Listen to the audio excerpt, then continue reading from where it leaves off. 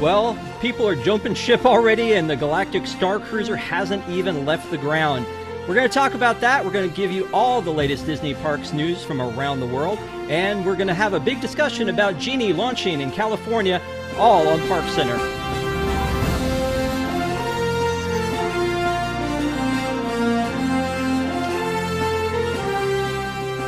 Welcome to ParksCenter. I'm your host, Rob Whiteside. This is our show for December 12th, 2021, and tonight we have our illustrious panel. Let's meet the panel, shall we? First, Stephanie, how are you? Doing great. Merry Christmas, everyone. Yeah, let's try to up your Christmas spirit a little bit if you can. You're bringing me down. Shannon. Aloha! I don't... How it is... Okay. And Rob. Happy holidays, everyone. There we go. Yes, it is the Christmas season. Happy holidays to you in advance. But tonight we're going to talk about a couple different things. One is we want to have a little bit of a discussion about the Galactic Starcruiser. You know, I'm a Star Wars fan. I don't think I hide that too hard. But I have been looking forward to going to the Star Wars hotel. I don't know if we call it Starcruiser, the Galactic Starcruiser, Star Wars Hotel, the Halcyon, whatever you want to call it. But I was not ready to go on the maiden voyage, nor in the first 3 months, because of it costs a lot of money. So Disney is helping to promote this by putting out some videos. They had this great video with the star of the Goldbergs and an Imagineer walking through. And then they sent this video out to people who were coming, and they said, hey, here's a video for you. And then they said, hey, here's some more information about it. They've been leaking a lot of information about this, but now it seems like it's to their detriment, because after they posted this video with Adam from the Goldbergs, people started canceling. They were looking at it, and they said, hey, this looks bad. One of those people is on this panel tonight. And his name is also Rob. Rob, you're jumping ship. Tell us a little bit why. Yeah, first of all, it broke my heart to cancel. You know, I've been looking forward to this excursion or this experience, you know, for well over a year now. I was able to get, not on the maiden voyage, but I was able to get the March 7th date, which is pretty early on. Again, really excited. Then, unfortunately, I saw the videos. And it just... You know, it made me start second-guessing myself, looking back that this is an experience that's less than 48 hours long. And, you know, it wasn't about, I just couldn't justify it, honestly. So I canceled the day before my 90 days out, which is what you have to cancel in order to not forfeit your deposits. And I'm going to sit back and wait. I'm going to look at the reviews that come from maybe not the first set of people who attend, because you know they paid a lot of money and they're likely also diehard Star Wars fans. So after I start seeing the April, May reviews, and if they're positive, I'll definitely go back and reschedule or rebook. But I just couldn't justify that large expense, and what the experience that I saw in those videos just didn't justify. All right, so back up a second. Which video was it that really set you off? Was it the Adam Goldberg one, or was it the Josh D'Amaro one? Well, both. Definitely the Adam Goldberg one was probably the biggest one. So, you know, it made me, as I saw the experience, honestly, it didn't feel like it was a high-end experience, right? You know, it feels like the space wasn't high-quality materials. It wasn't kind of a luxury experience as it was sold in to be. And it just felt honestly corny. So again, maybe the actual experience will deviate, and you know, Disney sometimes does go over the top, a little corny. But that's the way it came off in that video. Well, and then I saw. Go ahead. Sorry. I think the word cheesy and also the word cringy have both been thrown in the mix about it. When you say corny, I guess they're all C words, but cheesy and corny and cringy. There's a lot of this in this one, this video. And you know what? I guess, Shannon, I feel like you're ready to talk about this one a little bit. why wouldn't, just let me ask you this question first. Why wouldn't they have used someone, I don't know, from Star Wars that could go, hey, this is just like being in Star Wars? Why would they use the kid from the sitcom about the 80s? Because that makes too much sense, Rob, don't you know? Oh, okay, sorry. So I saw that promo video, and here was my thought process. Let's go back in time, shall we, to the early 80s when an attraction opened up, actually near Orlando, where it was a show, it was a dinner, it was an experience where you kind of become part of the show. And that place was called Medieval Times. And then we fast forward to the late 90s. And in New York City, there was a restaurant called Mars 2112. And if you did not have the pleasure of going, I did get to go. It was a wonderful experience. You entered the restaurant, and when you met the hostess, she boarded you onto a spaceship that was a simulator. You flew to Mars, and then you were dining in a restaurant on Mars with aliens as your server. It was a whole experience. So if this came out in the late 90s and early 2000s, I think it would have been a home run. That was the time families liked doing that kitschy stuff. This is probably going to sound like a stretch to most people. We are no longer living in an era where people want to pretend to go to space when there are people going to space on the regular now. So yes, albeit it's the super wealthy, it's celebrities, it's the kid who wrote a really good science paper. But I think some point in our lifetime, commercial space travel is going to happen, and someone needs to be a first mover on that, and it's not the stationary building. I got to Walt tell Disney you, property. reading through the chat, I think they're all on your side here, Shannon. This was one of my favorite from No Brainer 60 is Galactic Starcruiser is about as Star Wars as Buck Rogers. If anybody is familiar with the 80s TV show Buck Rogers, what's that, Rob? I said it very much reminds me of the set design from Buck Rogers. Rounded plastics. Yeah, and you know, the thing is about Star Wars, it's a very lived-in, gritty feel. Everything we've ever seen about Star Wars is that. It's either the cold, clean of, like, the Star Destroyer, or it's the, you know, that Tatooine, like, lived-in look. And this looks not like any of that. Stephanie, you haven't had your chance to say something about this. How are you feeling? Well, I'm still trying to justify my July trip, so I haven't had to pay my balance yet. That comes due in April. I think I still have some time to cancel if those first reviews come back. But yeah, I think that maybe they used Adam from the Goldberg. I'm a Goldberg's fan. I like that show. And he is a huge Star Wars nerd in that show as well. So maybe that's why they used him. Plus, he's like over the top enthusiastic. But I agree that he really is. But I agree that that was very cringy. I think that the first promo that they did with the family and how they were getting dressed and ready to go and do all of the activities and really just immerse themselves in the experience, I think that was much higher quality in production, and I think that really sold it better, and they should have just stuck with that. I feel like they maybe overextended themselves with this and the hype. It's almost like one of these things where you want it to be a luxurious thing, you want it to be almost hush-hush, that you're building hype because you are not talking about it as much, like, oh, what's it going to be? It's the anticipation is building, right? And I know they've had some like test cruise, play cruise things that have already gone through, but yeah, I feel like if that were more of their publicity angle, then that maybe people would be keeping their bookings. Well, I definitely buy in with what you're saying about, and Sean is his name. I guess I should stop calling him Adam from the Goldbergs. But the fact that he is like, you know, wow, yeah, great. Like maybe that's why, like you said. But also, like, this is an experience really kind of geared more towards like the me's of the world, like the like adults who want to relive Star Wars and not, you know, kids. And so like having him on there doesn't really connect with me.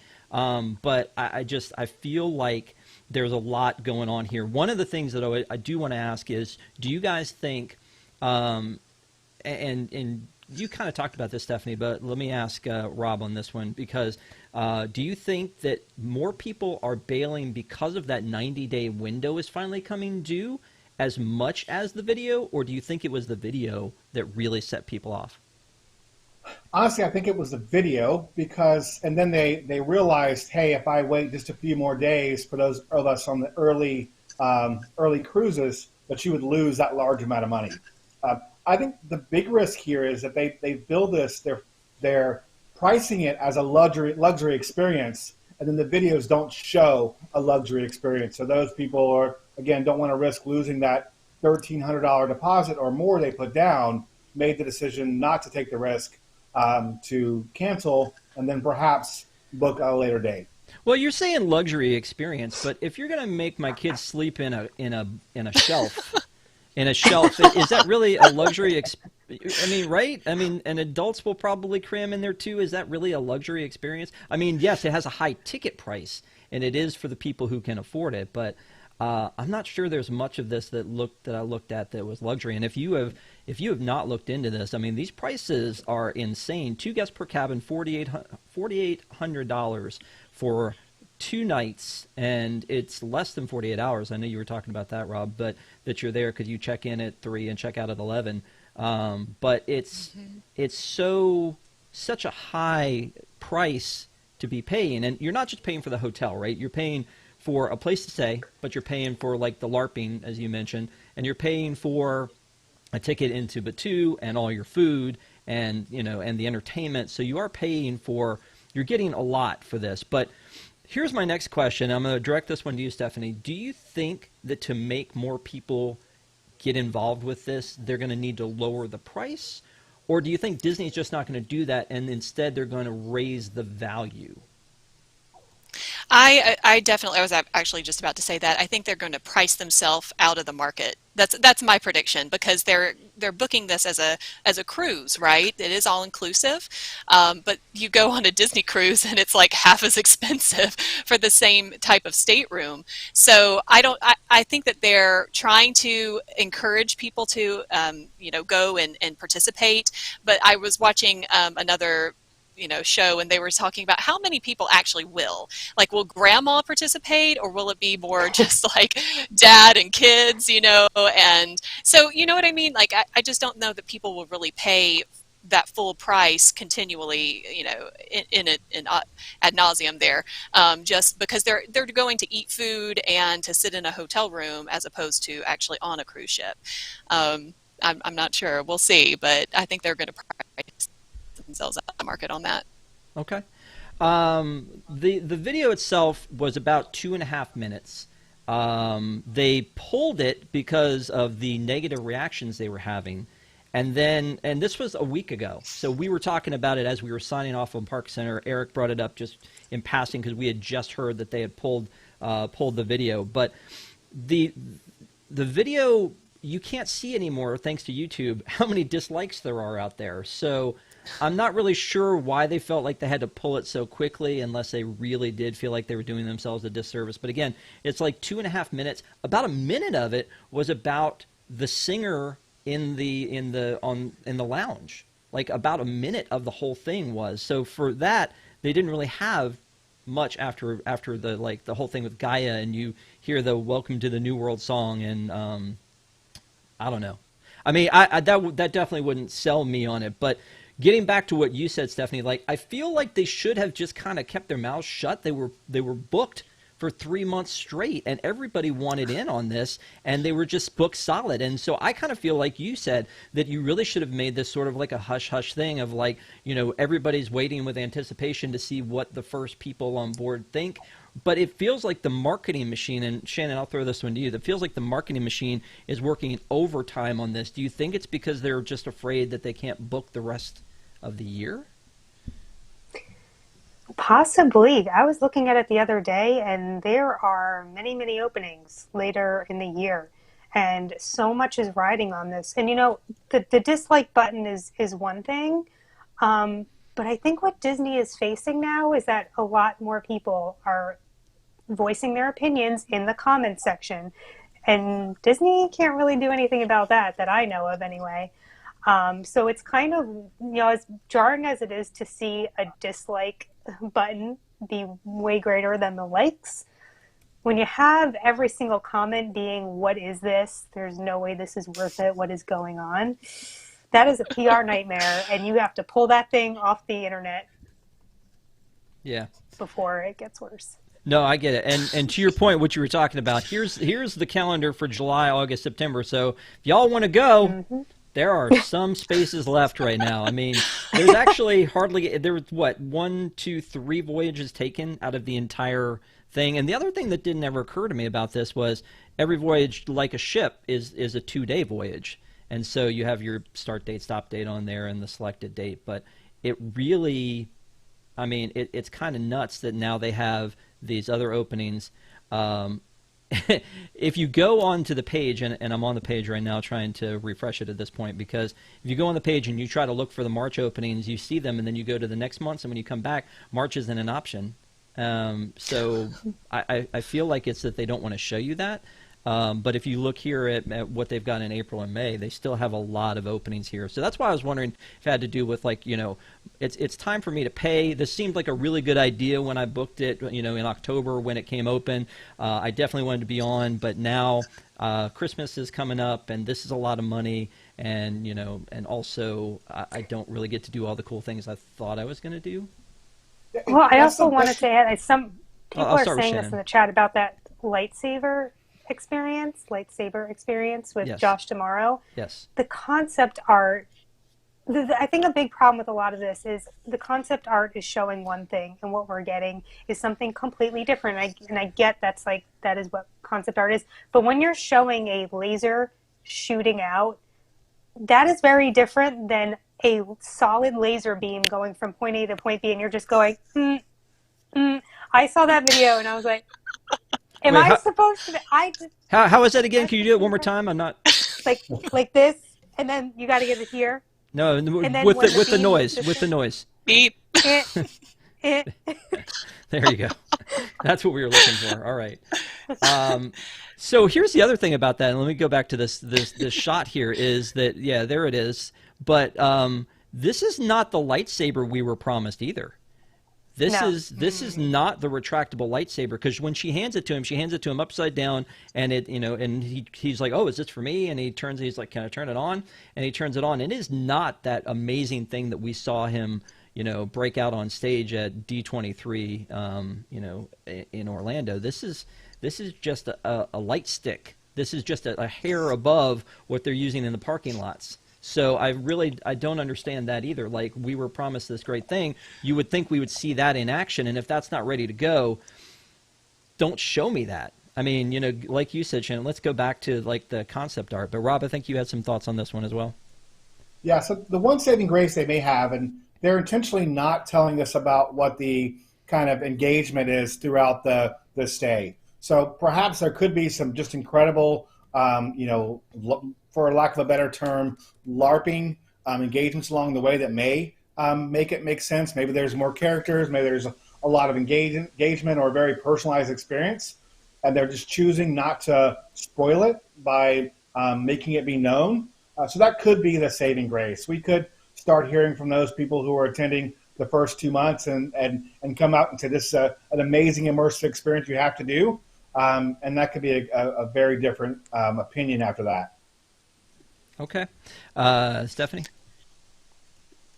Rob, I think that's the only redeem themselves with this, is that if from jump, you get in and every person that you meet that works there is involved, kind of like Galaxy's Edge initially was, right? Like, you walked in and they all had their own backstory that they had created, and it all meshed in and tied into the land. And the one thing I will say, I have this interesting theory. So, in Galaxy's Edge, how they were supposed to have these roaming droids and aliens and everything you were supposed to be able to encounter, and that got nixed somehow. And so now I'm thinking, because the Galaxy Starcruiser, they do not allow, I thought that maybe it was going to be an additional experience for the people staying there, that they could go before the park actually opened and experience Galaxy's Edge. But that's not the case. They go after 11 o'clock, and it's, a scheduled time.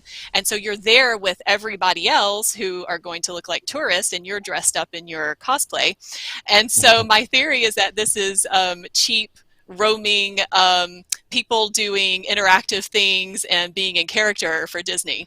So You're like, are you too bougie to mix in with Gen Pop, Stephanie? Is that what you're telling me? That like, no, I'm just saying it was brilliant. It's like, said, they're getting it for free. No.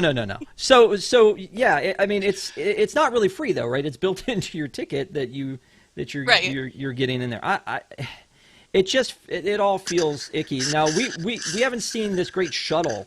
Like, I'm excited about that, the shuttle that brings you from the hotel or the Starcruiser over, because yes, it's a bus on the outside, but it looks like it's going to have amazing things on the inside that make it feel like you're actually transporting. So like a rolling Star Tours maybe, although maybe that's a bad thing. Maybe then everybody will get sick to their stomach on the way over and won't be able to have any blue milk. Their competition is the Hogwarts train, right? That's true. That's a good point, but and that's on a steady track though. So who knows what'll happen if you. Is there B mode on this? Oh, Right. Wow! Already you're thinking B mode. I don't know. Let me ask you about this though. To add insult to injury, if you still were on board after Sean's video and Josh's video, then they were like, "You think that's bad? We're going to send you this." I mean, I don't. I mean, one of the problems I have with this video is just the fact this is something, by the way, if you didn't know, that they sent to people who were signed up and ready to go. Rob, did you get one of these videos before you? No, dropped out? I think they sent that as soon as you paid the full amount of the 90 days. Oh, so you have to pay money to see this video. Oh, okay. I've heard a lot of people say, and people have said it in chat, basically she's holding an iPhone upside down. Like, It's an iPhone. Yeah, if you look at this, she's holding an iPhone upside down, and Oh my it doesn't God. seem necessary. You know, No. they could have had the hologram pop up without her, needlessly tapping on that. I mean, it could have been anything. It didn't have to be this, but they were like, you know what? Let's just use an iPhone. Let's just mix it up. Let's give them a little treat. Even the background was something that people were saying, like, it really this is the background you're going to choose for this? Like, you can't do better than this. This video in particular reminded me of Star Tours, like the original Star Tours with the woman with the bun on her head. That, like, it seemed like that, and that's technology from 30 years ago. I mean, you feel like they could have done something a little bit better for this one, but Shannon, how, on a scale of 1 to 10, how would you have rated her acting? Could you not find someone who could memorize that very Right? Oh my gosh! Because Oh my gosh! reading the cue cards to make sure that she got all of her lines correct. Like, that's what you're paying $5,000 for. Oh my gosh, Shannon! Thank you so much for being on today. I really appreciate it. This is exactly what I was looking for. Yeah. I was thinking the same thing. It's like, they don't even show her the entire time. She could have just memorized it a line at a time. But yeah, she's shooting her eyes back and forth the whole time, and it's driving me nuts. Yeah, I don't know, Stephanie. I didn't think the concept was that bad. I thought that it was pretty cute, actually. But yeah, the execution was not there. Yeah. Again, it was like insult to injury because they already had the other two videos out there that people weren't all that excited about. And then they come out with this one, and it just felt kind of painful to watch. Like, and I watched it online. It didn't even pop up in my inbox. If it popped up in my inbox, I don't even know what I would have thought about that. But yeah, Well, even a lot of people were saying about the skin color, the purple skin color being projected on.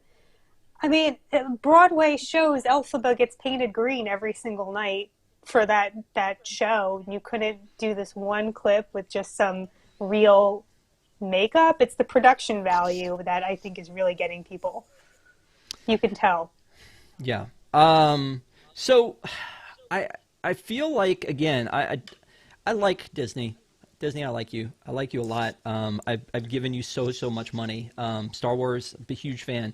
But I feel like there is a danger here to this. There was an inherent danger in this already, that you're building this huge building dedicated to the idea, it's a risk, right? Dedicated to the idea that you're going to be able to get people into this place and make sure that they have, like, a good experience. You talk about, Shannon, you talked about medieval times. You only have to keep me entertained at medieval times for 2 to 3 hours tops, and then you can, like, go home. and then you come back the next day and do it. This one, you're going to have to keep me really into it for a long time, because I also didn't pay $5,000 to come to Medieval Times. It was a little bit more affordable, I think, unless I got, a great deal. But it's just not. It feels like it should be something bigger, but because it's new, because they're breaking new ground, I don't know what that something bigger would be. And maybe we're not seeing the best of it yet. Maybe these are just things that they're doing to try to give us a taste. But it feels like Disney's marketing is off on this one. It feels like that they're not doing something right because the internet has blown up. Now, granted, we're in a world where we love to tear things down. And so then we like to get online and bash things and all that. But again, I like to like things. I want you to make things that I like, but there's too many variables here. It seems like a cash grab because it's so expensive. But then again, maybe they need to price it that way so they don't fill up so fast. Or maybe that's their cost is huge on this. I don't know. I don't know what it takes to do this. But and then after that, the marketing here doesn't seem to be geared toward me. It's not geared toward you guys, so I don't really know who this is geared towards. So, Rob, how do they fix this at this point? Do they just stop saying things? No, no. Two things have to happen. One, those first few people who attend are going to have to come out with great reviews. The unexpected story moments that they have planned have to be incredible, immersive, and really make people feel like there's a lot of value there. The second thing, this is probably going to have to happen anyway, is I believe strongly that in 6 months, once they exhaust those very dedicated Disney and Star Wars fans, we're going to start seeing substantial promotions put in place. I wouldn't be surprised if we start seeing these at the $3,800, $3,500 price point instead of $4,000 or $5,000, and that's it. Once the price is lower, the expectations follow, and I think we'll get a lot more people when the prices come down. Because there are still a lot of fans out there who are dying to go to this, even after the videos, but just can't financially, justify it. And bringing the price down will do. Let me ask you this question because I like numbers. I like math. Math is good. Just looking at the fact that, okay, you can't do 365 days because you need 2 days. So you crop that in half. Take the average of like $5,000 per group that's going in, because some people are paying maybe a little bit more, some people are paying a little bit less, but you have, let's do it by cabin. This is like $100 million that they would potentially make in a year. Now, that would be gross. Again, they have to pay for the building, they have to pay for the employees, they have to give Bob Chapek a little. They have to do all of this stuff, pay for the tickets into the park, pay for the food, the entertainment. Am I off on that, though? I mean, it seems like that's about how much they would be looking to make over the course of a year. So I feel like it would really have to hurt them hard for them to deep discount. Well, what else you do, all of a sudden you start showing up and it's half full. They're going to have to do it. I mean, it'll be a PR nightmare if people start attending and it's at half capacity. True, but there are also other things that you could do. You could, get groups in. You could, market to like businesses and do the discounts there rather than making it very public how much you're discounting it. You could start giving away a lot of trips and, and using that as marketing to get people in there, and those people aren't paying, but they're filling up those hotel rooms. So I do think that you could start awarding people in the parks, like a surprise and delight, and grab somebody and go, hey, guess what? You're going to get to spend 2 days in the Star Wars hotel. They're not going to care about any of that afterwards. They're going to be just talking about it on a high about how great it was, because they wouldn't have had to have that initial pain of the $5,000 to buy in. So, bring all the bloggers, let them go for free. I mean, you know what? God bless the bloggers. Let's give them everything. No, I'm not saying that. So anyway, I guess I feel like we've kind of aired our concerns about this, and again, it's been really interesting looking in the chat. This is going to leave a mark for sure, says Jerry. I give it at least 5 to 6 months before it closes permanently. James, I don't know that's going to happen. I feel like they're going to do like the Void and go, okay, this isn't Star Wars anymore, it's Wreck-It Ralph. You know, I mean, you can change it around somehow, right? I mean, I feel like there are other opportunities. They're going to have to do something to make it work.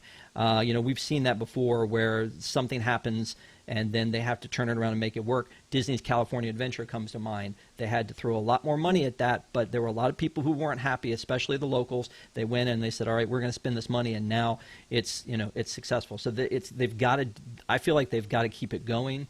If nothing else is to save face. But let's just wrap up this segment, and I want to start, you know, again, going around and get final thoughts from each of you on this. And I'm going to start with Stephanie.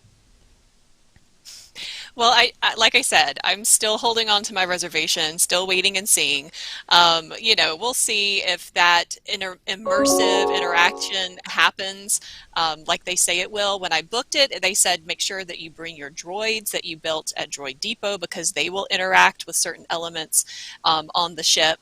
And I really do hope that they have. I know they have a lot of college program people coming in, and you know that's different from the equity performers that they have, maybe Gaia and some of these other you know, contracted performers that they have. So I really do hope that they incorporate everybody into, you know, making it immersive.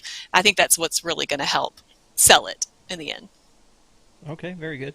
Rob?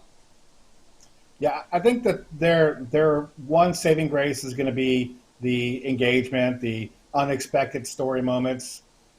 You know, there's still a lot of things they've talked about. You know, working in the engine room, being a spy. I mean, there's lots of things that people could walk away and say, hey, this was such an incredibly immersive experience that it was totally worth the value. That they just can't communicate to us, and they weren't unable to show in any of the promotional videos because, again, that would kind of ruin the surprise. And short of that, you know, they're going to have to start looking at pricing. And if they don't, this is going to be a really poor investment and a big black eye for Disney. Yeah, agree. Shannon? So despite all my complaining, I don't doubt this is going to be a beautiful place. And I don't doubt that people are going to have fun. I think it is going to be fun to dress up and to pretend like you're a character. But I think we should all reconvene in 1 year and see how this thing plays out, because I can't see this for the long haul. I don't see it happening, being a success. Well, we complained about Harmonious the whole time, and now that it's not the right one. No, it is not the right example. I'm sorry. I meant to make another example, but yeah. But I do feel like that as Disney fans, as Star Wars fans, we see what we've seen so far, we're not feeling. So, I mean, you know, whether, and again, the phrase "miss the mark" has come up a lot tonight, whether it's the marketing or whatever. Maybe it's not done yet. Maybe it's not ready yet. Maybe there's other things to show us. Maybe you'll walk in and it'll be amazing. And I think that I had some apprehension about the Space 220 restaurant. I went in there, was more than amazed at what they put together there, from the food to the view to the vibes. Everything was really well done. So maybe they can do that. The difference here is you're playing with my childhood. You're playing with Star Wars, and it's a lot different. And you really took this on heavy. I'm okay with Batuu, and not a lot of people are. I kind of dig the vibe of it, that it feels like Star Wars when I'm there. This doesn't feel like Star Wars, so I'm hopeful. And again, if anybody out there wants to, you know, give me a free trip, I'm going. And no way that I wouldn't go. I'm just not sure that they've convinced me yet that I need to let go of $5,000 for this. So definitely let us know what you think in the comments below after the show is over. We definitely want to hear what you think and make sure that we're not all off base on this. But in the meantime, we're going to take a quick commercial break and come back and hit you with some parks news as we go around the hub. So don't go away.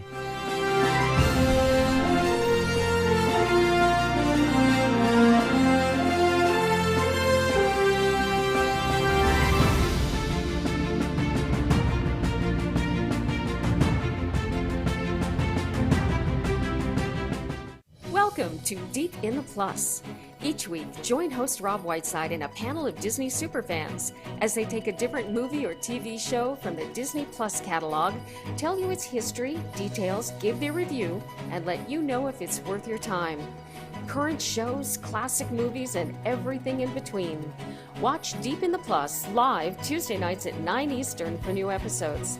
Or catch Deep in the Plus anytime on YouTube at unplannedDowntime.com.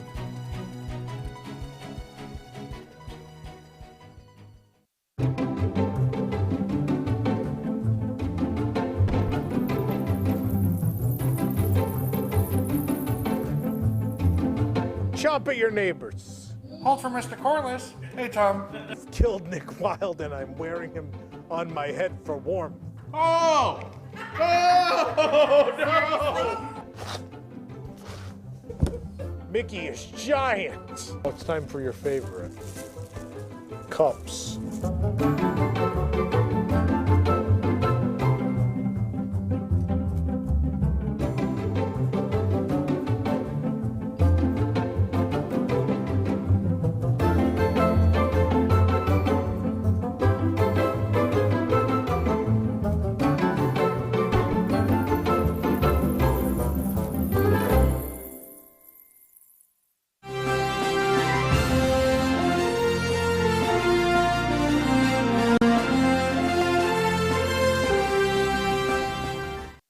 Thank you for coming back to ParksCenter. We appreciate it.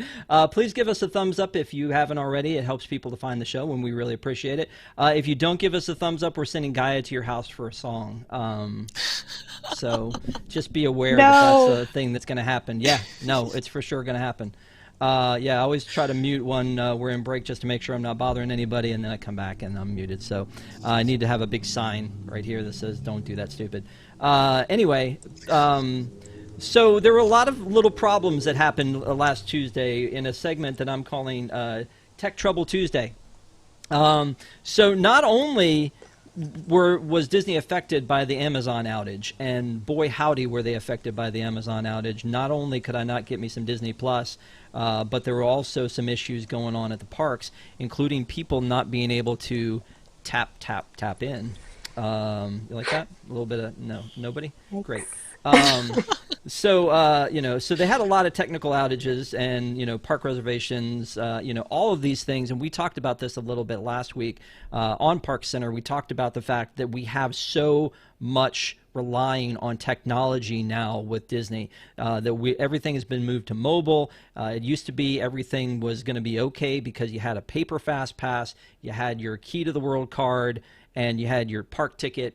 You were good. And again, I don't miss those days because of having to keep all that stuff. I'm sure I lost a lot of stuff as I was walking around, but it really feels like we're so dependent on it that if something goes down, we're just in huge trouble. But on top of that, they also had some monorail malfunction. There was a switch track that malfunctioned, and they made everybody get on the ferry. And there was a fight. The end. No, there was no fight. Not this time. So with all these tech troubles, I'm going to throw this one to you first, Rob. I mean, if you're at Disney when all these things happen, do you blame Disney? Just because you're there and you paid so much money? Or is it just you just let it roll off because you go, things happen? No. I mean, if this was the first time Disney had technology problems, you let it roll off. But there is so much historical data of Disney bumbling their technology systems. Everything from the terrible DVC website to to the using your magic bands to get in the hotel to every aspect of it. And it's now that it's becoming more and more, and you're being forced to use technology as part of your Disney experience. It is just putting a microscope on what a terrible IT systems that Disney have. And I can't believe that we haven't heard any announcements in the past couple of years of new leadership at the CIO level. But Disney has to make changes, especially if they're going to continue to force technology upon everyone in the parks. Yeah, good point. Stephanie? I've heard that they outsource a lot, so I don't know if that's true. I'm not a tech person by any means, but this seems like a nightmare for families. Anybody, we have 6 people in our family when we go. That's one person is a nightmare. So 6 people trying to get in the park, fast passes, everything. That just seems terrible. So I wish that they didn't. Like you said, Rob, I hope that they, make changes and maybe hire somebody that can inside the company and actually institute something that works. Yeah. Shannon? I just have really big fears that the monorail is going to have issues and just be taken off the map because they are clearly, I know, I don't want to put it out in the world, but the more that they let this deteriorate and not do the maintenance that they're supposed to do, I mean, at some point, when is it going to be worth it? And I'm scared.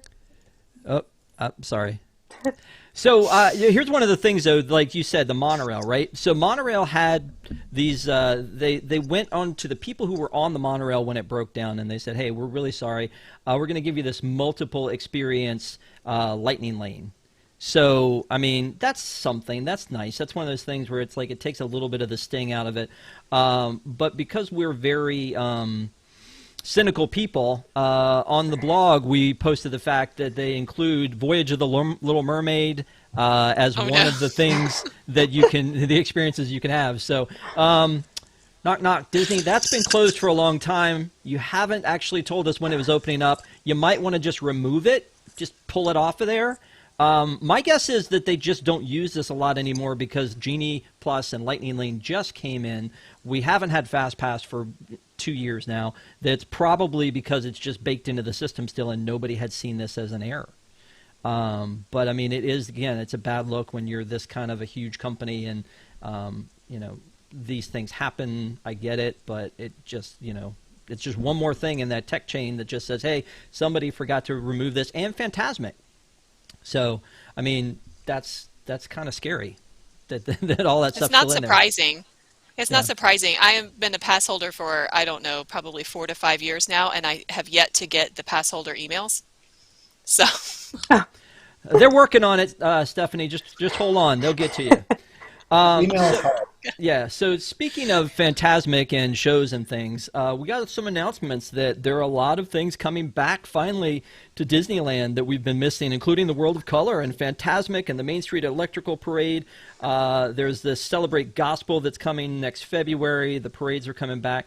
You know, this is pretty exciting that this stuff is coming back, but we don't actually have dates on any of it. They're just like, hey, you know what? Y'all are missing that stuff and you won't shut up about it. Let's say it's coming back, I don't know, next year.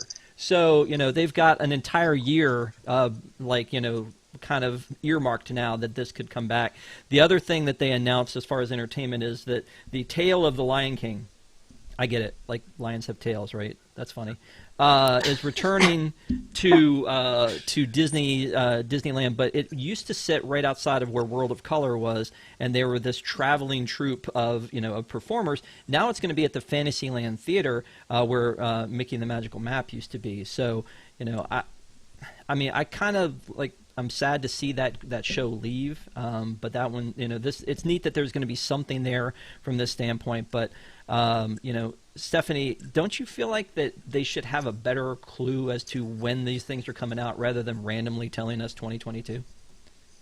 I think it has to do with staffing. Like, honestly, they, you know, cut so much out and because of COVID, and now they're trying to bring people back, and all the things with the, you know, unions and everything, they had to come up with you know, negotiations with them, and it seems like they have.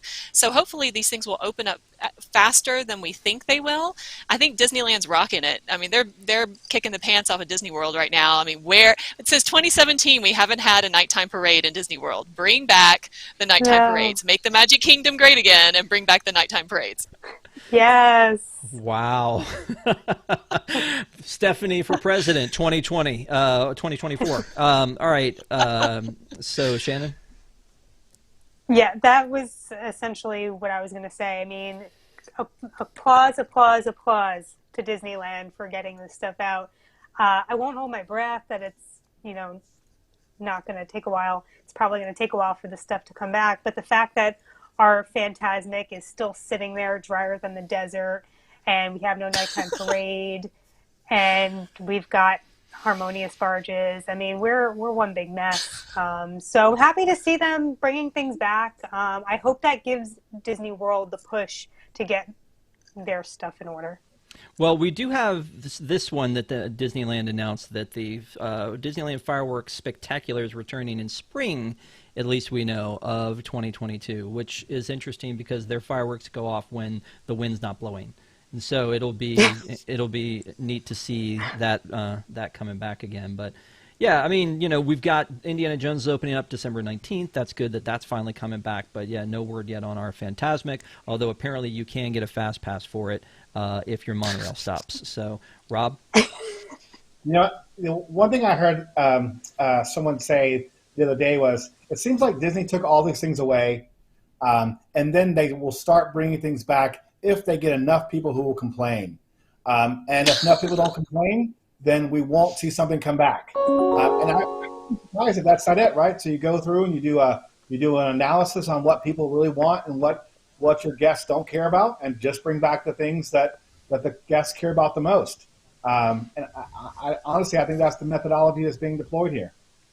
Do you think that's why Lightning McQueen's Racing Academy got back so quick? Sure. Okay, just putting that out there, man.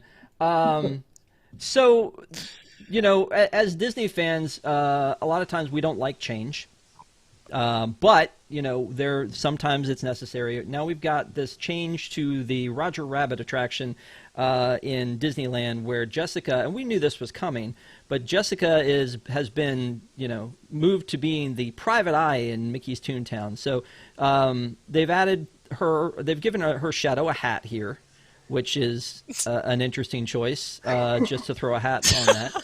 I feel like if we're doing this to be more politically correct, there's some other things they should have taken care of there as well. But you know, but also she's not in the trunk anymore. She's standing out here, and then there's a shot of her at the end where she had her mallet and she was tied up. Now she has a mallet and she's not tied up. Shannon, why did you ask for these changes? I have no vested interest in this attraction. I honestly don't even care about this attraction at all. And I'm just tired of these slap a Band-Aid on situations. Like, just make it a whole new ride. It's just so awkward. And I feel like Disney is overcorrecting. And I feel like we see this with the Starcruiser too. You have the female captain. You have the female giving you your welcome. You have the female singer. And I just feel like maybe this is just social media and things that are kind of making me think this way, but it just feels like too much to me. And that's how I kind of feel with this attraction. It's like, oh, well, we need women, and we need women in trench coats, not in dresses. Stephanie. I agree wholeheartedly with Shannon. I think this was completely unnecessary. We had a whole segment on one of our Ink and Paint episodes about this, that this is who she is. This is who Jessica Rabbit is. Like, to take this away is to completely rewrite the story. And actually, if you watch the movie, I feel like these people who make these changes don't actually know the movies. I really do. I think they need to go back and watch the movies, because she actually does save Roger in the end. She's the brains of the operation, right? So she doesn't need to be in a trench coat. You're just covering her up at that point. I think it's unnecessary. Yeah, I would agree that I feel like she's already a very strong female character, and I think when she's tied up, because she's just like, you know what, you guys are stupid. I'll just sit here, whatever. But when she needs to, then she's like, okay. The joke is she was really, you know, never tied up or whatever, or she's it feels like it was unnecessary. I would agree to that. But I have a bigger question for you, Rob, is why does Shannon not like Roger Rabbit? Because he gets all the credit for the work that Jessica does. That's why. There you go. Oh, nothing else? That's it? Okay, cool. We're good.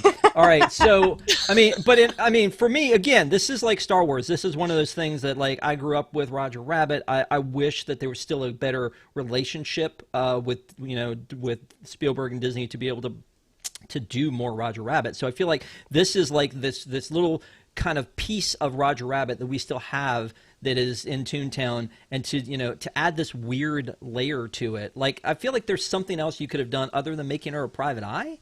I mean, like Eddie Valiant's the private eye. That gig's already played out. I feel like there should have been something else and a little bit more creativity added to it. But I mean, I like that this still exists. The Roger Rabbit still exists as an attraction. And there were so many other things that they've shut down over the years, that parades and meet and greets and things with Roger Rabbit that went away, that I'm glad there's at least something.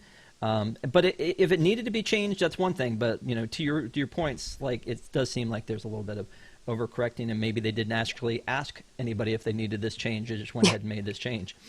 Let's be clear. That was the least expensive path to make the change that they wanted. They didn't want to invest to kind of reinvent that aspect of the experience, and they just slapped a trench coat and a hat. Well, that seems like the way to fix everything. Let's talk about candy, because, I mean, why not? So the hand-pulled candy canes is a tradition that they have at Disneyland. I had not been to Disneyland at Christmas until a few years ago, and one of the things I definitely wanted to take in because of this being a tradition were the candy canes that they make. This is just such a wonderful tradition, and one of the reasons that I really love Disneyland after being on the East Coast for so long and doing Disney World for so long, seeing that there are all these little traditions and things that they have out there, and the candy canes being one of them. Now, to somebody from the outside, we're talking about a $20 candy cane. Like, it better be a super good candy cane for $20, right? And I'm not even sure I'd have the heart to eat it, as hard as it is to get these things, because you have to, you have to go and you have to stand in line to scan a QR code to get a return time to come back for an opportunity to buy your candy cane. I think it's limited like to one per person. So why don't they just have a way to scan in to guarantee your candy cane rather than like guarantee a time to come? This seems ridiculous. Rob, have you ever done this?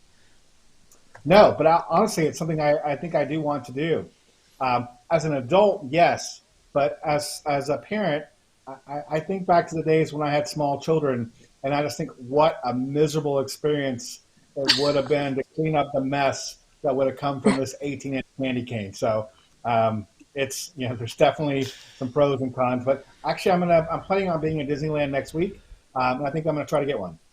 Yeah, and the cool thing is that they do them on alternating days, sometimes in DCA and sometimes in Disneyland. And when I did it, I just wanted to go see it happen. Like, I didn't need to buy one. I just wanted to go see it happen. But when I went to see it, I went to DCA because it feels like it's like the purist from Disneyland probably are like, nah, I got to get mine on Main Street.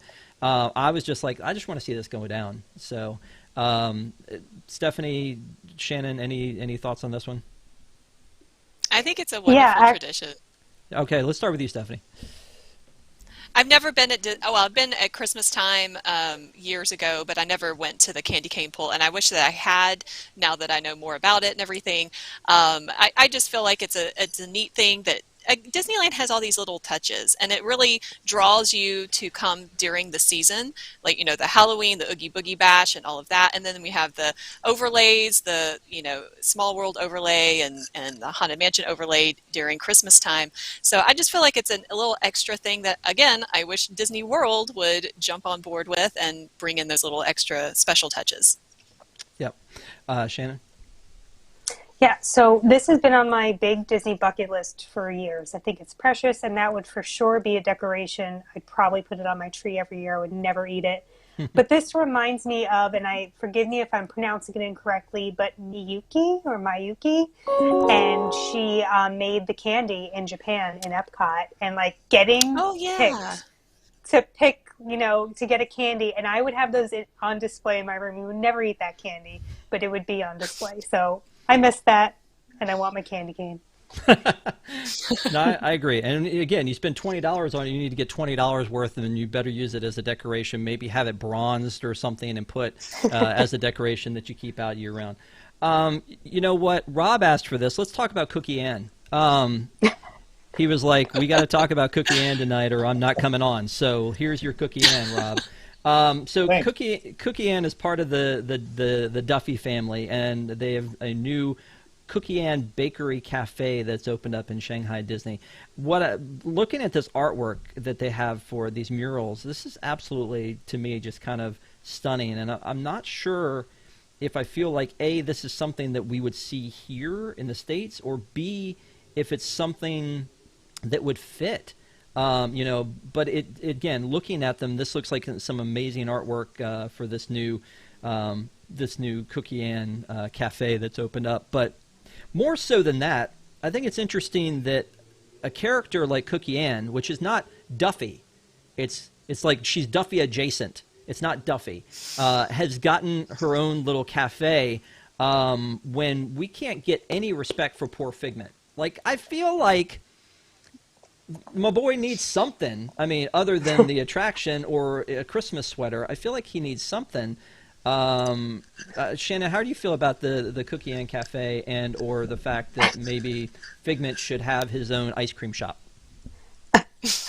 These characters are so adorable, and it's a main appeal to going over there. I've never been to those parks, but they're definitely on my bucket list. And the fact that they get their own immersive story, I know we're always like poo-pooing IP, but they're great, and good for Cookie Ann getting her bakery, because this is going to be a fun experience. Yeah. It's adorable. Stephanie? I tried to get my kids into this because they have the bedtime stories, Duffy and Mickey and Minnie, and my kids didn't really care. But I care more than they do, I guess. All right. It's really cute. Well, Rob, you're the one that wanted to talk about it. What did you want to say about Cookie Ann? Yeah, I can't wait. In fact, I might take a trip this year just to go there, to go to the bakery, because it looks so incredible. Really excited. I'll get some cookies for you guys and bring them back. But, Yay! This this is definitely, a very, Japan kind of culture-y, notion here. Again, it looks great. I think it will fit in very well there. The shop itself will do well in the Americas, but minus the Cookie Ann branding. As far as Figment, I think we need a Figment tap house. That's what I would. Figment tap house. Tap house? No, it's going to be a Figment dispensary where you, you really journey into imagination. Yes. That is the win of the evening. Copyright that immediately. Yes, let's make that happen. The Imagination Station. Yeah. You people are delinquents. Every last one of you are delinquents. It's absurd. Let's move on then to, I want to run through some of this stuff, but the Wishables that came for the 50th of Walt Disney World were so hard to come by. They weren't there opening day. They weren't there the first Wednesday after. They came out, and they were almost gone immediately. But now, for some reason, they have them at Disneyland. In DCA, of all places, they have them. So there's a couple things that I find interesting about this. One is that when the Disneyland Wishables came out, not only was Disneyland not open, but also they sold them on Shop Disney, and they made it a requirement that you could only buy one at a time, which that was not good for me. That did not work for me. So you could only buy one at a time, and then they never showed up at Disney World. I think they did show up at World of Disney and Disneyland, but they never showed up at Disney World. So then I go to Disney World now, and you can't find any of the bagged 50th Wishables. All you can find are the Mickey and Minnie, and they're everywhere. But I don't get why this would happen. I don't know if you guys have any opinions on this or not, Stephanie. Supply chain crisis. That's your answer for everything. They're stuck on a ship on the coast of California. It was the first place they could get to. I don't know. No, that's not. They're there. They're and they're on Shop Disney. Why are they not at the parks?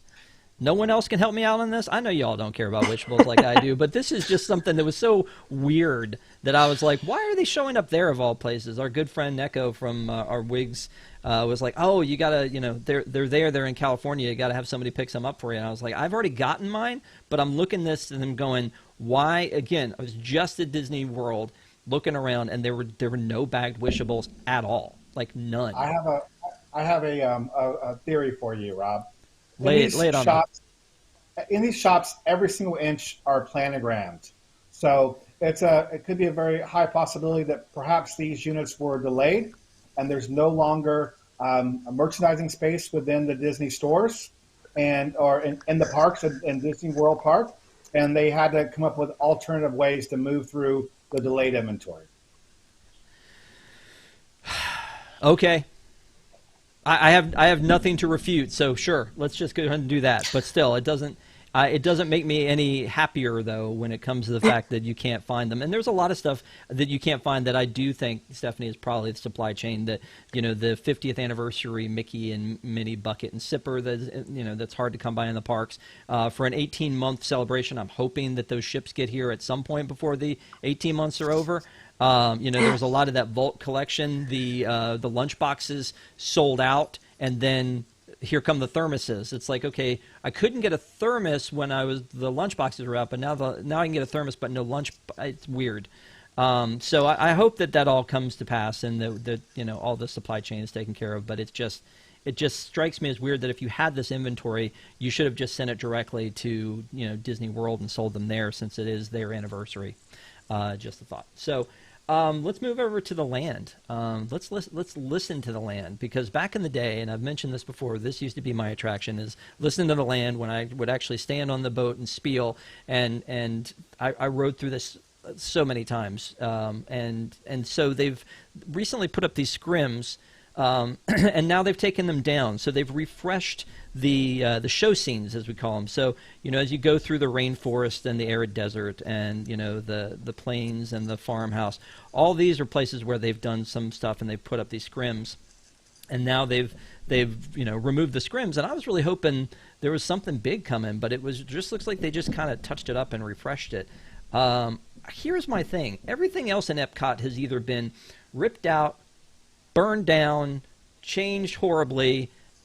Why have these show scenes not changed, Shannon, over like a million years? Because long live the land. If there's one thing that we learned about Disney fans, is that we don't like change. Yes. So why would we change it? No, really, I don't know why they haven't. I mean, I often think about, as much as I love that ride and could just sit on it all day, I think about it from the perspective of someone who's come to Disney World for the first time, and they get on that ride and they're like, what is this? is garbage. I mean, obviously the greenhouses and everything, I'm sure they don't think that, but those show scenes are looking a little rough. But Disney, don't listen to me. I don't want you to touch them. Well, it's the same thing. Like, I feel like they could upgrade them, but would they? Or would they just like take out all the physical effects and just make it like a projection map movie, Stephanie? I hope not. I really love the physical sets. I love the fact that you can look over at the garden, from the Garden Grill, and look at the whole scene, the whole ride. And I wonder if that isn't part of that too. Like, they didn't want to, it would be too difficult or something to be able to rip everything out and still have the Garden Grill open. But yeah, I think that they need to keep it. I think it's a classic, and they don't need to touch it. Upgrade it, but not touch it otherwise. Yep. Rob? Yeah, I think it's probably about a bandwidth. There's so many things that are changing at Epcot Center. There's only so many people there to help drive the change, and making these changes wouldn't increase demand in the park, so there's no financial reasons to make the change now. So it may change, but I think it'll be after all of the larger announcements that they've made are complete. Well, and let's talk about something Jason just brought up in chat, is if you don't like change in Disney, you're not understanding the idea of the parks. I get that, but there's a difference to me with Disney that you don't see at Six Flags or Universal or any of the other parks, is that there are things that seem like they are heritage, or that they are they're classics. And so, Small World, Haunted Mansion, Pirates of the Caribbean, and as much as they're classics, if you upgrade them, I'm okay with that. And I think that they have over the years upgraded all three of those attractions at some places, and I'm all right with all that. So when I say we don't like change, I'm kind of joking a little bit on that one, because I know that we don't, as the executive said, want a museum. But sometimes they just make some seemingly ridiculous decisions, whether it's like the downgrading they did to Spaceship Earth, the downgrading they did to Figment. All of those things, those were changes for the less. So there are a lot of things that they downgrade like that over time that just feels weird. So I do think that that's something that would be a possibility for the land, but I also think that there's, that's an attraction that a lot of people really care about. And I think when we get into the greenhouses now, we see the love and care that they give it for the festivals and for the holidays. And it's really cool, kind of cool to see that kind of stuff. So I love that, that extra plus out that they've done, but those show scenes seem a little tired. So I'm not saying, that they can't change them. I just think they should change them for the better, because it's been a long time. Just a thought.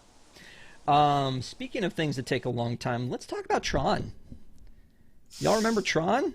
Tron was this thing that was probably going to be ready for day one of the opening of the parks, and I mean of the anniversary. And anytime any little thing happens at Tron, we're keeping you posted and letting you know what's happening. But there is a rumor now that it is going to be an additional year before we get to see this thing, and this disappoints me greatly because I think they need it. As crowded as the parks are, they need something else that's a people eater, that's a big attraction, and then B, they've had so much time to work on this thing, and it's still not anywhere close to being done. Shannon, your thoughts?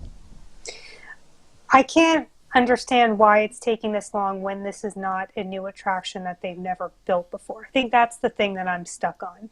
Obviously, it's a large attraction, mechanically intensive, plus you're factoring in that you're kind of taking away from another attraction, which is the train. And that train, you need to, I guess, re-engineer the path that it takes. So I sympathize in that. I understand that this takes a long time, but it is taking way too much time. And yeah. Sarah said in chat, don't get me started on Tron. I was hoping it would be done by May 22nd. So, nope, sorry. I mean, I was hoping it would have been ready for October 1st or maybe even soft open before that. Stephanie, I know you and I talked a little bit about Tron. Yeah, we had planned the trip, year in advance, so thinking that it would be ready for the first. But yes, I don't understand what the holdup is. Shannon, I completely agree. It's not a new ride. It's just what they're reproducing. So I don't know if it was supply issues, the building costs have gone up because of COVID. I don't know what all, went into it, but what was that called? The package or something, the box that they test to make sure that the height and the width and everything was to scale or whatever, safety-wise, a safety measure. And so they were testing that when we were there, and that was a couple of months ago. So what are they doing? I don't know.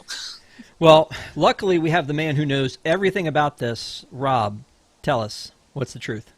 Lay it on us. So I will tell you that as much as we in our minds, we think, hey, this is just a duplication of the other ride. It's actually not. This is just from a purely engineering standpoint.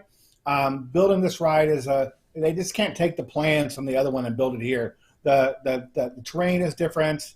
The setup of the entry of the ride is different. The canopy is slightly different. So there is a lot of, don't underestimate the amount of additional engineering that had to go in to build this ride.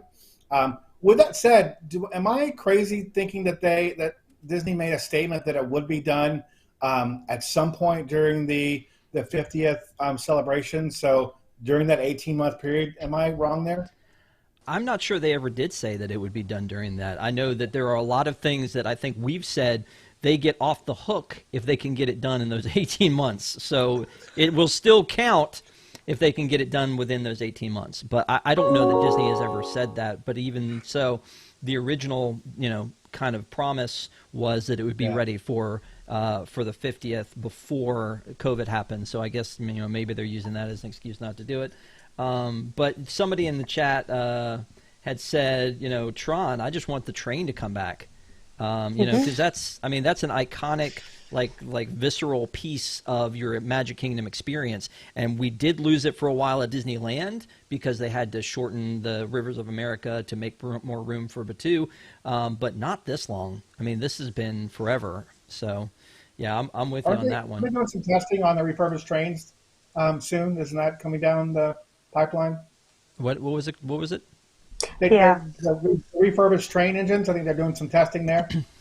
Yeah, but I think that and they're testing it on the tracks, but also I think that what they need to do over by Tron is still going to take a little while to get that back. So, I think we're going to see the train before we see Tron. That's very likely to happen. So, festivals. The Festival of the Arts. Let's talk about something positive. Festival of the Arts. This is my favorite festival. And Shannon, you're excited about this too. Have you already looked at the offerings and you can't wait? You've already scheduled your trip?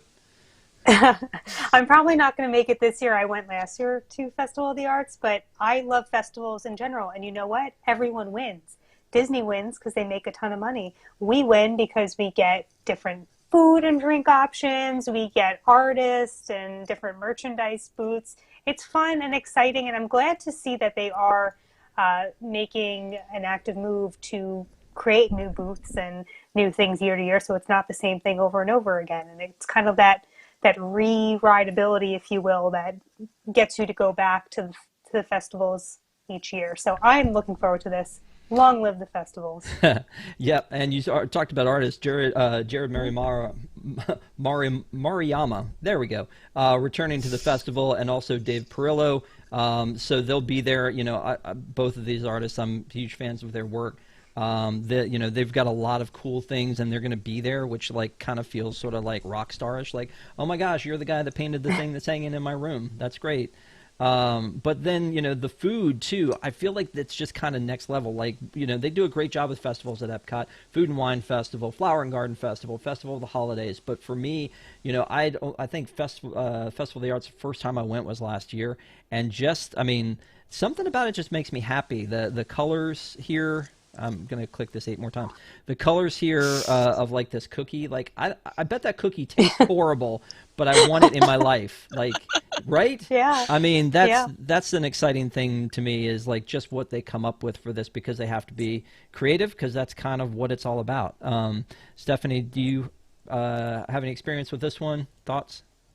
Yes, I was lucky enough to go to the initial one, the inaugural one, and we wait every year after that, except for last year, Shannon, so I missed you. But we're going again this year, 2022, and so actually my window opens for my dining in about a week and a half, so I'm getting excited for that. I'm making a list. The food seems to be the best, I feel like, at this festival as compared to the other ones, and even the International Food and Wine. I feel like I like the food here. It's more creative. But yeah, I'm super excited, and I love the art. I love the mural that the kids get to participate, or anybody can participate in, that brings that art, you know, into it, and all the chalk artists and all of their drawings. I just love, there's so much energy with this festival as compared to some of the other ones. Yeah, you make a great point. Like the chalk now I can't say it. That's it too. The chalk artists, that is a really neat thing that they do, and it's always going to be different, and you know, they cover it when it rains, but usually they do them over and over again, and that's something that just makes it feel like a different vibe. And then all of the merchandise, I just was addicted to that stuff last year. That, you know, it just really looked very cool. And it was exciting. And then the food booths, you know, like you said, they were adding a couple new food studios, and then they have the Disney on Broadway concert series. So, Rob, have you ever been to the Festival of the Arts? I have not. I was actually scheduled to go last year, and I canceled it because I didn't feel comfortable with COVID at the time. But I am planning on going this year for my birthday, actually. I'm excited about it. Was that your way of trying to tell us that we have to get you a birthday present? Or yeah, should absolutely. we Venmo you money for a beverage while you're there? Or actually, next time we're in the park, I really still want that Lux tracksuit. So if you get the chance. Only if we're doing matching, you and me, and we take pictures, then I'm in. I'll do anything for Instagram. So let's talk about this the last issue, or the last piece of news before we go into our the back half of the show. So fireworks we thought fireworks were coming, and then they kind of were like, nah, it doesn't look like they're coming, and now they're going to be there. So the fireworks countdown is going to be at Epcot, as well as the fireworks at Magic Kingdom. So the Fantasy in the Sky fireworks are going to take place. They snuck these onto the calendar, and of course, we have people with eyes everywhere that find these things, and so that we can bring this information to you. But the Fantasy in the Sky fireworks are going to be 11:50 on the 30th and the 31st. Now, I've been to Disney for New Year's, and the one time that I went, it was before COVID happened. I've told the story many times, but everybody on the blog was like, you know what? Don't do that. You're crazy. Why would you come here on New Year's? And I was like, it's the only time I can come, and I've never been there on New Year's. And we were, able to go and use the strategy of going to the Magic Kingdom on the 30th, and seeing the fireworks, because it's the same show on the 30th and the 31st, the countdown there, and then doing the 31st, which is the heavier night, at Epcot, which has more space. So it really did kind of work out that, you know, got to see both of them. Has anybody on here seen the fireworks other than me in person? No. Cool. Well, they do this. The Epcot one is my favorite because they do this countdown where they kind of show each country and when it turned midnight in each country. So they highlight it and they do a little fireworks for each of those because they're all in different time zones and go around. And if they're in the same time zone, they do them together. And it's a really neat experience to see. I don't know if it'll be any different in 2021. It was not there in 2020 because Rob said, I'm not coming if you guys have COVID. And so they just decided not to do it. Am I picking on you too much tonight, Rob? Or not enough? No. Not enough? I've missed it. Perfect. That's why we have you on. So then when, you know, the cool thing about it is that they open up the back areas at Epcot too. It is physically like there's the most space there. So it's going to be able to hold more people. Usually Magic Kingdom on the 31st, again, pre-COVID, would be shut down. If you weren't there early, you weren't going to get in because they had to shut it down because of capacity. And then trying to get out was, from what I hear, the biggest nightmare. Like people getting home at like 4 a.m. trying to leave the parks. So I don't think we're going to have that now, especially now that we have the Park Pass system. Although I mean, it may be a situation like October 1st where they have to lock out the Magic Kingdom for a park hopping. Don't know. But anyway, just to share that with you guys. Anybody want to go someday, or you guys prefer not to? I've seen videos, like live streams and things, and Epcot seems like a really fun time. The entertainment seems cool, and how there's something different in each country. And they have the silent disco. Is that what they call it? Silent disco? Yes. Where you have the headphones? Yeah, like that looks cool. I mean, it looks cool. But I think you really do have to be prepared for it. And I'm curious to see how it's going to play out this year, and if they really are limiting capacity or not. This will kind of be the night to reveal that. Gotcha. Okay, well, we're done with Around the Hub. We're gonna have one more segment where we're gonna talk about the Genie that launched in California this past week, and oh boy, howdy, were there some problems. So we're gonna talk about that and a little bit more when we get back after this commercial break. So please, y'all, don't go anywhere. We will see you on the other side.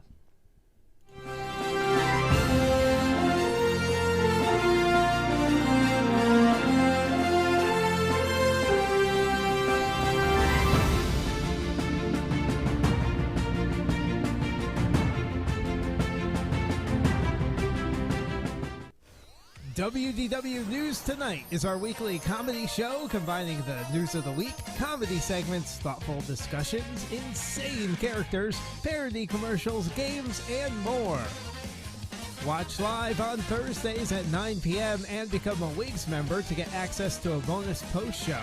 Watch WDW News Tonight episodes anytime and live on YouTube, or get the audio-only version on iTunes and other podcast services.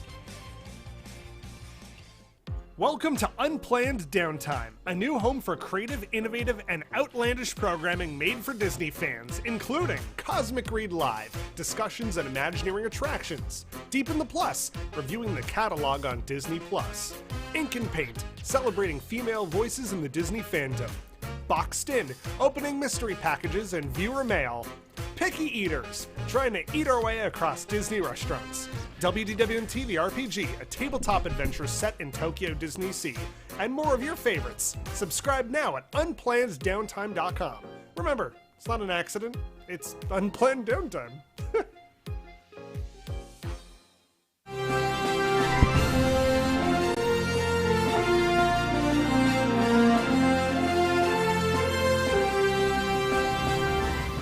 Again, welcome back to ParksCenter. Tonight, again, if you're watching for the first time, we appreciate it. We are here every Sunday at 8 p.m. Eastern, so please join us live if you can. If you're watching after the fact, we want to hear from you. Please make sure to leave some comments below and let us know what you think about all the stuff we're talking about. Tonight, one of the other things that we really wanted to address is the big news that Disney Genie finally has dropped in California.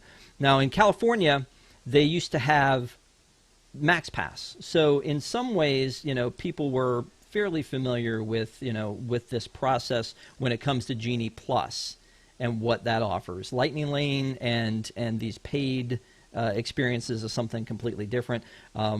Thankfully, Disney decided not to launch Genie Plus and Lightning Lane in Florida on October 1st. I was afraid that was going to happen. As much crazy as it was already going, somebody had the foresight to go, you know what? Not today, folks. Not today. October 19th it launched, so we've had it almost 2 months now in Florida, and I think that as far as like the glitches go, I think everything seems fine. I think that as a practice, I still have a lot of problems with it, as we've talked about on previous shows about paying for Lightning Lane. For those high tier ones, it not being included when you've already paid for Genie Plus, all of those things. So I want to first, before we get into the California one, I want to kind of get a vibe from each of you, because I think we have a good representation here on your thoughts on the system itself, Genie Plus, and the paid Lightning Lane. And I'm going to start with Shannon. Just again, in general, not specific to Disneyland, but what you've seen so far and your personal thoughts. Yeah, well, Rob, I believe the last time I was on ParksCenter, or maybe 2 times before, you asked me, this is right before the launch, and if I was going to pay for it, because I had my trip coming up, and I said probably not. And I went last month, I went for a week, and I did not use it a single time. Well, one time I paid for an individual Lightning Lane, and the reason was I was trying to do early entry, and a bus broke down, which foiled my whole plans for Flight of Passage. So if you are someone who's staying on a resort that qualifies for early entry, take advantage of that. You get on any ride that you want to get on, and then you have the rest of your day free. Sure, you're not going to be able to really enjoy, a short line when it's peak hours in the middle of the day. But in general, someone who's experienced like me, I don't listen to what Genie tells me to do. I do my own thing. I never found it to be relevant. And I don't see the value in buying Genie Plus or Lightning Lanes, because I do go so often and I do go on those rides a lot, so it's not a big priority to me. That being said, the next time I go to Disneyland, I will pay for it, because I live on the opposite coast and I don't get to go that often. So I think it's really all about who you are as the customer and how often you go. Okay, fair enough. Rob is muted. Take 2 and action. I was trying to copy you, so I learned it from you. I second her thoughts there. It really depends on how frequently you go to the parks. Because I don't make it to Disney World that frequently, I will definitely buy Genie Plus, and will likely use some of the Lightning individual passes as well. I likely won't use it as much at Disneyland, A, because I go there as frequently, and B, again, the parks, I've never had a problem with exceptionally long lines at Disneyland, because I typically go during the week, but I'm not opposed to it at all if I was in a rush and wanted to get as many rides as I could in. Gotcha. Okay, and Stephanie? So I have not used it. I have a friend who I'm helping plan a trip in January, and it's interesting to see that you can pre-purchase it, but you're not able to pre-purchase certain days. You have to basically pre-purchase it for the entire trip.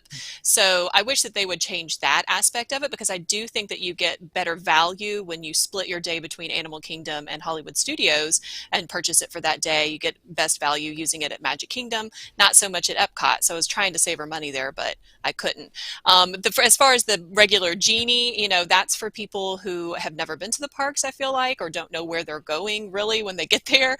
And from what, I've watched Eric do and others online, it looks like they are really trying to push you, like you've said before, Rob, into the people eater sections and not really so much to the attractions that you are wanting to do. So having said that, I agree. I think, we go out to Disneyland, we probably will purchase it for that, for that trip. I think in seeing what they've done at Disneyland, I feel the opposite, even though I don't go to Disneyland a lot, is that at Disneyland, I feel like the value has dropped from what it was as a Max Pass, because at Max Pass, you could go from the beginning in the morning, once you walk through the gates, and just make one reservation after another and know that you could park hop. Now that park hopping hours are different, if you decide that what you want to grab is one over at DCA, but you're in Disneyland because your park reservation was for Disneyland, then you're basically wasting it during the day because you can't use it. There's a 2-hour cooldown unless you ride the attraction. The attractions I want to ride are all in DCA. There's a lot of stuff that mirrors what we have on the East Coast. So when I go there, I want to do Guardians Tower and I want to do Radiator Springs Racers, and whereas I'm okay not doing Rise of the Resistance while I'm there. But the one thing that I've noticed, and from all the reviews, is that there are so many attractions at Disneyland Park that it almost seems like it's not quite worth it, because there's too much to do already, that the lines are usually pretty low. The other problem that I've seen with Lightning Lane, as we've seen with Fast Pass in the past, is that sometimes those queues for Lightning Lane and Fast Pass are longer than the actual queue coming outside of it. Plus, you get those people that step up to the queue and they're like, "Is it time yet? It's not time yet. I'm just going to stand here and block everybody until it's time," and they just stand there. And so, if you're that person, please don't do that. But we've all seen it happen a million times. Like, they come and they're like, "Oh, I'm sorry, your Fast Pass isn't for another 30 minutes. If it's Lightning Lane and I've just paid for it, I want to get in now. And I'm going to be a little confused with the fact that if it's a paid one like Rise, I'm going to be a little confused as to why I can't just go in right now.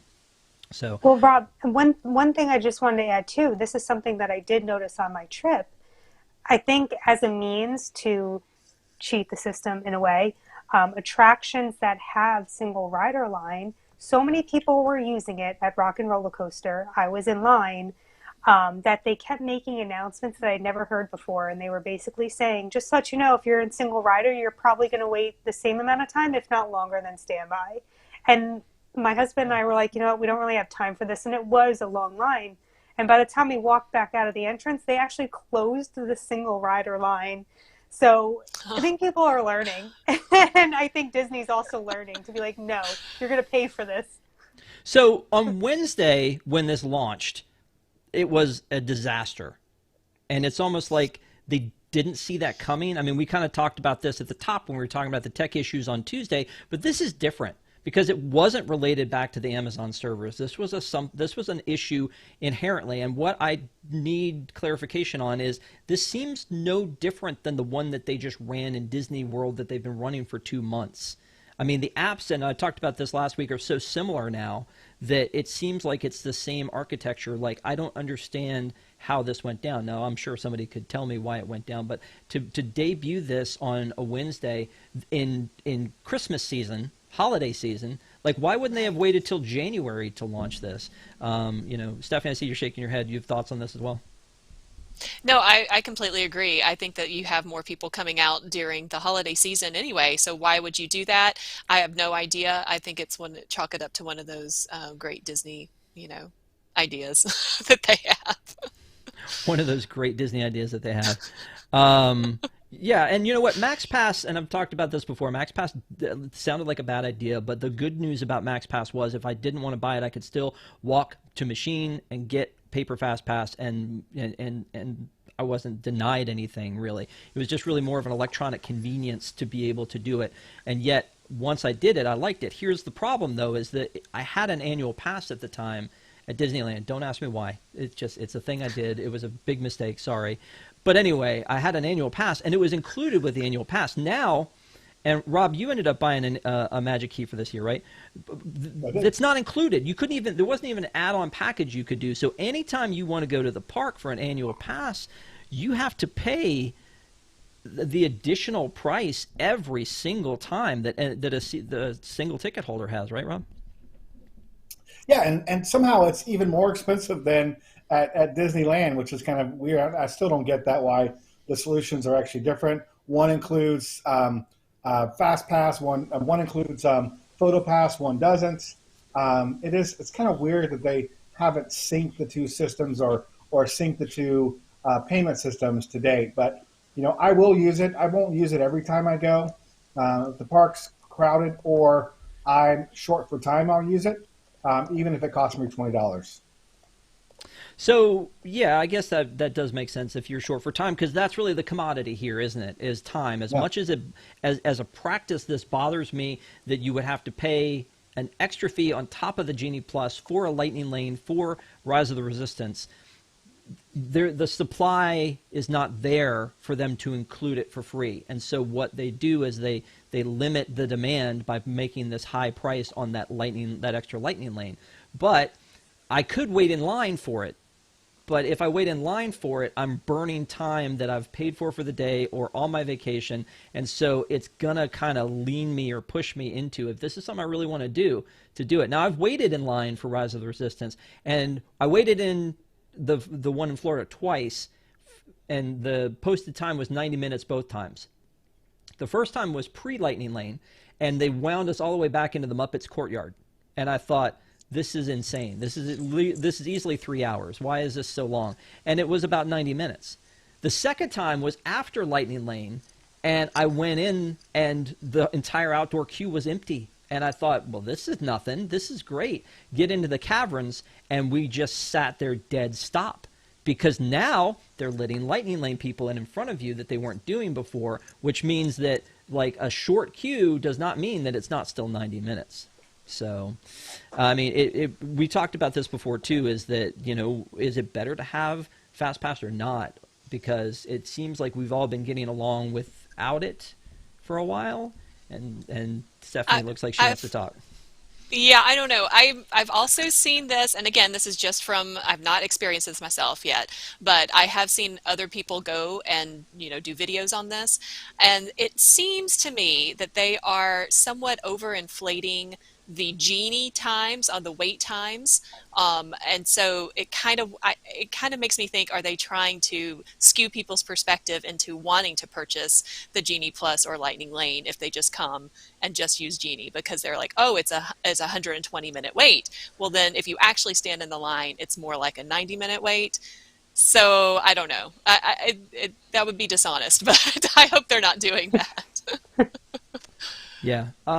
So I hope so too, and I think that we've gone in and tried it out. But I do think that when I saw the posted time was 90 minutes while Lightning Lane was there, and I thought to myself, "There's no way this is 90 minutes," and it was absolutely 90 minutes.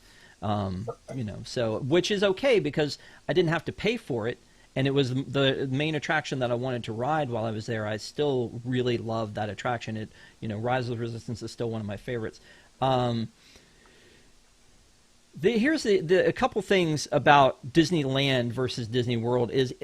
I saw this posted and I was like, this can't be right. Rise of the Resistance was a $20 Lightning Lane. I mean, you know what? People will pay. It's just that line in the sand, though, right? It's like, where will you pay? Like $15 for some reason now doesn't seem as bad. But, I'm going to direct this one at you, Rob, because I feel like if these continue to sell out so quickly, reverse of our issue with Starcruiser, don't you think they're going to start raising the prices on these? Absolutely. I mean, what is 90 minutes of your time in the park worth? Especially if it's a trip that you do once a year or maybe once every few years. 90 minutes is a significant amount of your day. So is $20 worth it? For many people, especially in California where the cost of everything is a bit higher, it most likely is. It's especially when you're spending thousands of dollars on your vacation, it seems like actually a pretty small cost to increase the overall value of your trip. One question I do have for you guys, I have not used Lightning Lane yet. For those of you who have, how long has the wait been once you've used your Lightning Lane pass? Are you getting in 10 minutes? Are you still waiting a half hour? I'd love to understand that. That might help me understand how likely I would be to buy one. Has anybody on here? I think it depends on the ride, maybe. Okay. So for Rise, for instance, anyone heard what the Lightning Lane pass wait times are? I'm not sure for Rise. I used it for Flight of Passage, and I logged on right at 7 a.m. and the earliest time I could get was 8:30, which I was fine with. It wasn't too late in the day.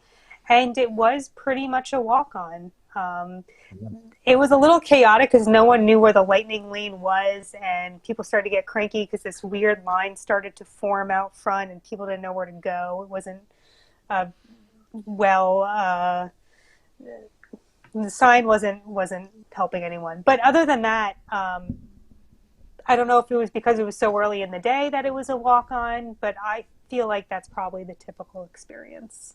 And honestly, I'd be willing to pay much more for a walk-on wait line than I would be for the old fast passes, where you can have a fast pass and still wait, a half hour to get into the ride. So that's also something to take into consideration. Well, and I think that's still going to be the case in some places. Like in when I did virtual queue for Remy's Ratatouille Adventure, I had the concept that I was just going to walk right in because I had virtual queue, and there was a queue that took us 25 minutes to get through, maybe 30, and that seems unfair. Like, if I'm going to pay for that now, that seems like something that you should fix somewhere along the way.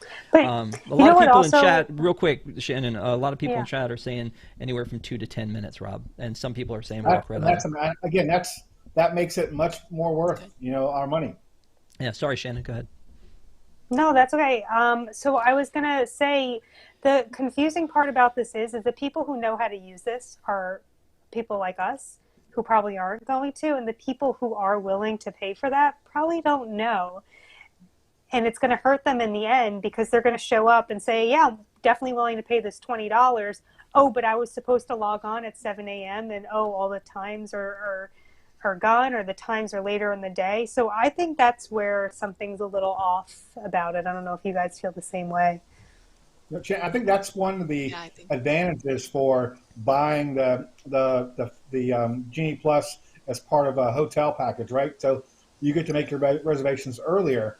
And I am hearing during peak times, some of the people who are buying them who aren't resort guests, the times for all the rides they want are gone before they really get started. So another advantage of actually staying on property. Well, and here's another difference that I saw for Disneyland is that when you're doing your lightning lane, even your paid lightning lane, you had to take the next available. Whereas I think that when you're doing them in Florida, you get to kind of choose from a list like you do with an advanced dining reservation, right? Right. Yeah. Shannon, do you have more? No, and I also like how, I'm Disneyland doing it again. can be... I'm doing it again. In Disneyland, you have to be in the park and not just like sitting in a hotel or sitting someplace else. Plus, I'm very jealous that Disneyland gets PhotoPass. Well, but they're paying more, right? They're paying $5 more for it, and yet Sure. You're right. I mean, it is a nice perk to have. They're paying $20 for Genie Plus, and they get PhotoPass. We're paying $15 over on the East Coast for it, and we get the AR filters. So at least I guess you get something. But that was the thing about MaxPass too, right? MaxPass would include the PhotoPass, which is something that when I was out on that coast, I wasn't getting PhotoPass. So it was nice to have that option, but it was baked into the price of the annual pass. And that's the thing that, again, I think is kind of crazy, is that, I guess maybe their thought process is that annual pass holders who live there and go often, kind of like we talked about a little bit earlier with Disney World, you're not going to feel as obligated to ride everything while you're there, and therefore you may not buy it in the first place. So maybe it's not meant for us, but it was such a nice perk to be able to have it attached. And I really feel like there should have been some sort of a bonus add-on like there was for the Disney World passes that they just rolled out, where you can add PhotoPass to it, and maybe that you could add, at least the Genie Plus to it. And maybe there still will be. Maybe that will come with time or something. This was all new and they sold out of the new stuff. It's, people were jumping at the chance to get the magic keys. But, at Disney World, you're getting double the parks that you get at Disneyland. So maybe that's the trade-off that they think that we are okay with doing if we pre-purchase our Genie Plus. I do wish that they would allow us to do our reservation times more like the FastPass Plus system and do it at a 60 days out instead of the night before or the midnight, because when you're going on vacation, I don't want to stay up I've got kids that are tired and I'm trying to get them to bed, and oh no, wait a minute, let me get my lightning lanes, for tomorrow, and so, or wake up at 6 a.m. and do it. You've got kids that are tired. That's me. I mean, I don't want to have to deal with it either. So like what about me? One thing that I do think has been a plus on this, and I talked to Tom about this a while ago, is that I do think that finally fixing the disability access service by being able to add that on, an app was long overdue. I don't know why you had to wait until this point to make that adjustment for people, because, okay, you need the disability access service. We're going to make you walk to the attraction that you want to go to and make a reservation for an hour from now, and then leave and go somewhere else, and then come back, and then we'll let you in. It just didn't make sense with all the technology that they have. I don't know why they waited so long for that. So I will say that of all the things that have come from this, this is the one that I look at and go, okay, good on you for Disney for doing that, but it just doesn't seem like it. It was something that should have taken this long to happen. So with all that said, it was a nightmare on Wednesday. Apparently on Thursday it was fine, but it was a Thursday, and apparently, with Disneyland, it wasn't a very crowded day. It was a little overcast and, rainy, so our reporters didn't have a hard time getting really any, hardly had any issues. But I still think it's weird. If you had to wait this long to do it, I feel like you should have waited just one more month. Do this in January when you could get all the bugs out, and it wasn't during the holiday season, but it is what it is. It seems like it's back on track. One last thing, again, before I go around the circle. The readers, and maybe this is more of a technical issue than we should get into, but the readers in California have the place where you can slide your phone in, right? Like that box that you can slide your phone in, it reads the barcode. I want those. Those look cool. Why do we not have those on the East Coast? Why do I have to touch my phone to the Mickey spot or my Magic Band if I could just use that? And nobody? Cool. Just me. Awesome. All right. So thank you guys so much. I do want to go around one more time and get your final thoughts. And this time we'll go in the reverse order with the reindeer. Final thoughts on Genie Plus in Genie and Lightning Lane in general, or at least how the launch went in Disneyland. I think it was a necessary evil. Obviously, the system that they had in place wasn't working anymore. And I think this is a quick fix. I think it's going to benefit the people who it's going to benefit. I mean, it is what it is. There's nothing that's going to take it back now. Gotcha. Rob? Yeah, I think it's just one more example of the lack of capability in the technology space.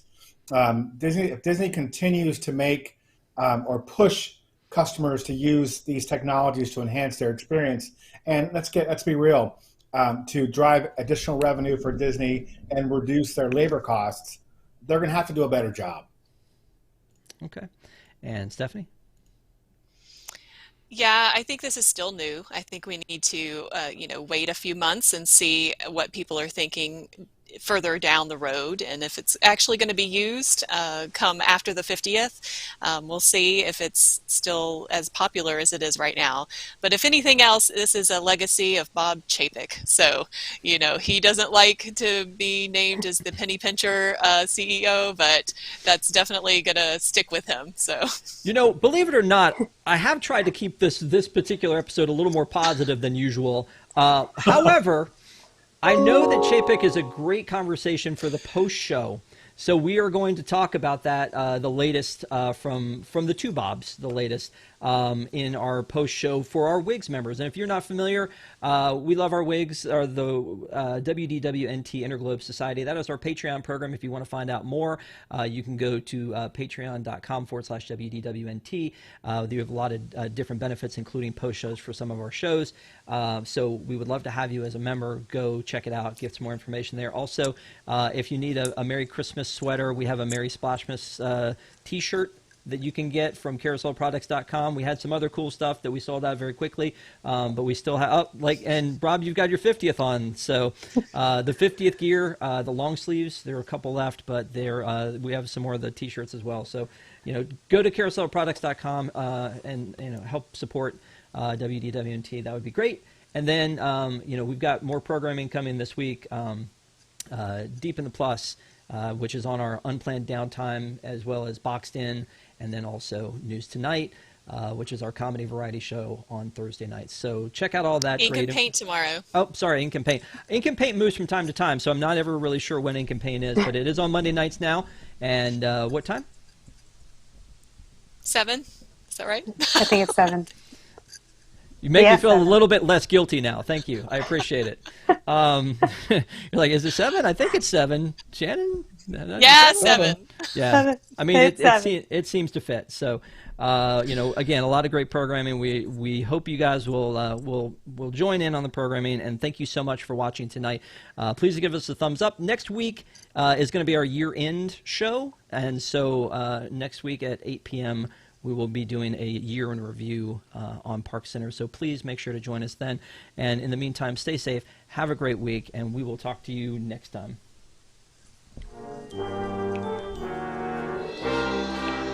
Bum, bum, bum, bum, bum.